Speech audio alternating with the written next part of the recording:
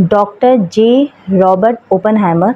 I know कि ये नाम अब बिल्कुल भी अनजान नहीं है, लगभग 80% लोग इन्हें अब जान गए हैं बिकॉज ऑफ उनकी फ़िल्म आने से द ओपनहाइमर। इससे पहले कि मैं द ओपनहाइमर फ़िल्म के बारे में बात करूं, तो थोड़ा सा इनकी ज़िंदगी पे प्रकाश डालते हैं। डॉक्टर ओपनहाइमर आइंस्टीन के समकालीन बहुत बड़े फिजिसिस्ट थे, साइंटिस्ट थे, जिन्हें फादर ऑफ एटम बॉम्ब कहा जाता है, जिन्होंने पहला दुनिया में एटम बॉम्ब बनाया और जिससे जो विनाश हुआ हिरोशिमा और नागासाकी में, वो आप जानते हैं। उन्होंने अमेरिका को एटम बॉम्ब देकर दुनिया में सबसे बड़े देश का दर्जा दिलाने में बहुत महत्वपूर्ण भूमिका निभाई। उनकी ज़िंदगी पे जब फिल्म बनी तो उनके द्वारा किए गए कामों के साथ साथ उनकी जो पर्सनल लाइफ थी, उनके पहलुओं पर भी कुछ प्रकाश डाला। जब ये फिल्म रिलीज़ हुई थी तो इसका हो हल्ला बहुत ज़ोरों शोरों पे था। इस फिल्म ने शानदार प्रदर्शन किया और सबसे मज़ेदार बात तो ये है कि इस फिल्म ने डिसअपॉइंट नहीं किया। अगर आप उन लोगों में से हैं जो थिएटर में नहीं जाके ओपनहाइमर देख पाए और OTT पे वेट कर रहे थे इस फिल्म का आने का, तो इसके लिए 2 ऑप्शन आपको मिले। पहला तो अमेज़न प्राइम, जहाँ रेंट पे ओपनहाइमर चल रही है। सेकंड जियो सिनेमा, जहाँ पे हिंदी डब में आपको ओपनहाइमर मिल जाएगी। इस फिल्म के रिव्यू से पहले मैं आपको थोड़ी सी इसकी जो भी भ्रामक जानकारियाँ फैली थी इस फिल्म के बारे में, थोड़ा सा आपका डाउट क्लियर कर दूँ। पहली बात तो ये है कि अगर आप नॉन साइंस बैकग्राउंड से आते हैं और आपको फिजिक्स, केमिस्ट्री, मॉलिक्यूल्स, एटम के बारे में कोई जानकारी नहीं है, ना ही इसमें इंटरेस्ट है, उसके बावजूद भी आप ये फिल्म देख के समझ सकते हैं। इससे ज़्यादा मुश्किल तो डॉक्टर APJ अब्दुल कलाम की बुक विंग्स ऑफ फायर का एक सेक्शन है, जो पूरा रॉकेट साइंस के बारे में बातचीत करता है, जिसमें इतने सारे साइंटिफिक वर्ड्स का यूज़ किया गया है कि आप बोर होने के साथ साथ नासमझ भी खुद को महसूस कर सकते हैं अगर आप साइंटिफिक वर्ड से थोड़ी दूरी महसूस करते हैं तो। Okay, back to the topic. तो आप इस फिल्म को आसानी से देख सकते हैं, क्योंकि ये फिल्म इस बारे में नहीं है कि एटम बॉम्ब कैसे बनता है।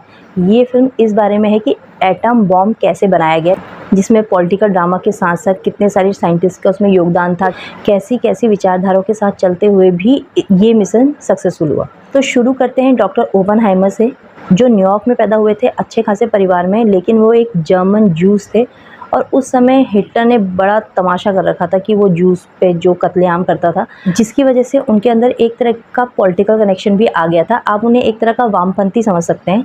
और उस समय समाजवाद यानी सोशलिस्ट और लेफ्टिस्ट की जो विचारधारा थी बहुत ऊपर नीचे चल रही थी, तो वो एक तरह से लेफ्टिस्ट की तरफ उनका रुझान ज़्यादा था। हालांकि वो पूरी तरह इस तरह की पार्टी से जुड़े हुए नहीं थे, पर अमेरिकन इस विचारधारा को अपने देश के लिए खतरा मानते थे। इस सब के बावजूद डॉक्टर ओपनहाइमर, जो कि एक बहुत ही ब्रिलियंट साइंटिस्ट थे, अमेरिका ने उनसे गुजारिश करी कि वो एक एटम बम बनाए। हालांकि वो खुद बनाना चाहते थे। और इसकी जो जड़ कहाँ से शुरू हुई, जब अमेरिकन के पास ये खबर पहुंची कि नाजीज़ यानी कि हिटलर कुछ इस तरह का बॉम्ब बनाने की कोशिश कर रहा है और अमेरिका में ये डर था कि अगर इस तरह की चीज़ें हो गई तो हिटलर पूरी दुनिया पे अपना कब्ज़ा जमा लेगा। तो कह सकते हैं कि डॉक्टर ओपनहाइमर भी कटिबद्ध थे इस चीज़ के लिए कि मुझे ये काम करना है। तो एक अमेरिकन मार्शल थे जो ओपनहाइमर पे बहुत बिलीव करते थे और उन्होंने इसकी जिम्मेदारी डॉक्टर ओपनहाइमर को सौंपी।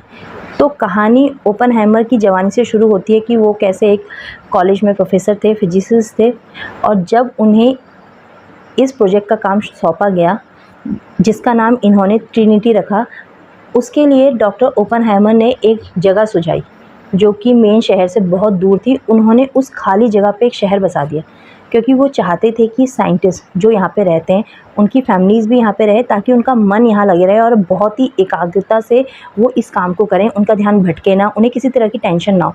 तो एक बहुत बड़े खाली स्पेस पे, जो कि दुनिया की नज़रों से थोड़ा दूर था, और छुपा के वहाँ पे एक शहर बसाया गया। कम से कम 20,000 लोग वहाँ पे रहने लगे, साइंटिस्ट की फैमिलीज़, और वो लोग इस प्रोजेक्ट पे काम करने लगे, यानी कि ट्रिनिटी प्रोजेक्ट पे। और ऐसा होते होते एक दिन एटम बॉम्ब तैयार हो जाता है, उसका परीक्षण कर लिया जाता है। और उस समय जो प्रेसिडेंट थे ट्रूमैन, उन्होंने हिरोशिमा और नागासाकी पे बम गिरा दिए। अब यहाँ पे हमें डॉक्टर ओपनहाइमर की मानसिकता को दिखाते हैं। उन्होंने इतना बड़ा काम किया, उन्हें इस बात की खुशी है, लेकिन कहीं ना कहीं उन्हें इस बात का, कहीं ना कहीं क्या, कम्प्लीटली पूरी तरह से उन्हें इस बात का दुख हो गया है कि वो इस दुनिया के विनाश के जनक भी बन गए हैं।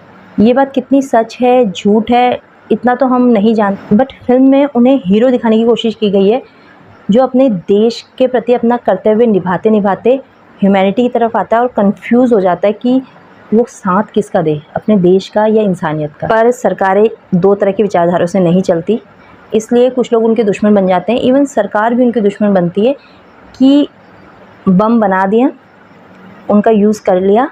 पर डॉक्टर ओपनहाइमर कम्प्लीटली इस बात को एक्सेप्ट नहीं कर रहे हैं कि हमने बहुत बड़ा कुछ अचीव कर लिया है।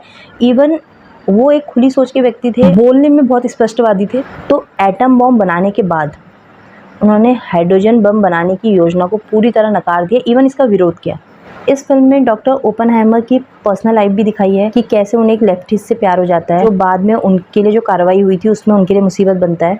ये फिल्म उन्हें पूरी तरह से खोल के रखती है, एक साइंटिस्ट के तौर पे, एक इंसान के तौर पे। उनके व्यक्तित्व को जिस तरह दिखाया गया है, हम उन्हें विलेनियस कैरेक्टर नहीं मानते हैं इस फिल्म की वजह से। अब मैं बात करूँगी परफॉर्मेंस की। किलियन मर्फी, ये बंदा अविश्वसनीय है। अगर आप इसको द डार्क नाइट में देखिए, रेड आई में देखिए और आप इसे इसमें देखिए, तो आपको समझ नहीं आता ये वही बंदा है जिससे आपको बहुत ज़्यादा डर लगता था और आप एकदम से कॉम्प्लेक्स पर्सनैलिटी पे आपके सामने आ जाता है। तो सैल्यूट है इस आदमी के परफॉर्मेंस को। सेकंड, मैट डेमन, इस बंदे को मैं गुड विल हंटिंग से कभी नहीं भूली। इन्हें स्क्रीन पे देख के बहुत अच्छा लगता है।